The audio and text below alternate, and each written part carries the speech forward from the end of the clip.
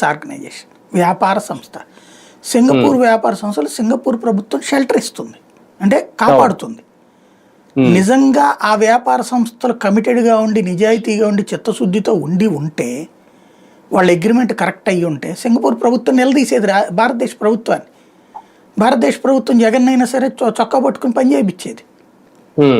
ఇప్పుడు మీకు చిన్న ఎగ్జాంపుల్ చూడండి, కరెంటు ఉత్పత్తి సంస్థల్లో కొన్నిట్లో విదేశీ సంస్థలు పెట్టుబడి పెట్టినాయి.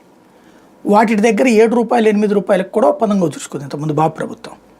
కుదుర్చుకుంటే జగన్ వచ్చాక వాటిని రద్దు చేశాడు, పీపీఎల్ని రద్దు చేస్తే కేంద్ర ప్రభుత్వం ఏముంది, ఎట్ట రద్దు చేస్తావు నువ్వు, అందులో కేంద్ర సంస్థలు విదేశీ సంస్థల పెట్టుబడులు కూడా ఉన్నాయి, ప్రభుత్వం మారితే నువ్వు అది చేయడానికి కుదరదు అని చెప్పింది కదా కేంద్రం.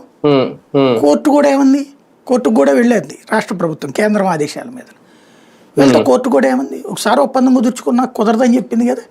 సచ్చినట్టు డబ్బులు ఇమ్మందిగా, వాళ్ళ దగ్గర కరెంటు ప్రొడక్షన్ లేకుండానే డబ్బులు కట్టాం మనం. వాస్తవంగా కరెంట్ డిపార్ట్మెంట్ లాస్కి అది వన్ ఆఫ్ ద రీజన్. అది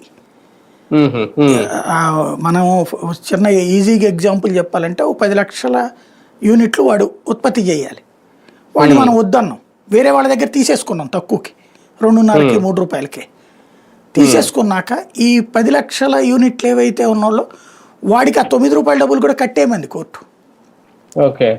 ఎందుకంటే నువ్వు అగ్రిమెంట్ చేసుకున్నావు, నువ్వు తీసుకోకపోతే నీ తప్పు. పవర్లో ఒక అగ్రిమెంట్ ఉంటుంది, పవర్ పర్చేజింగ్లో ఒక పెద్ద ఫ్లా ఉంది. అది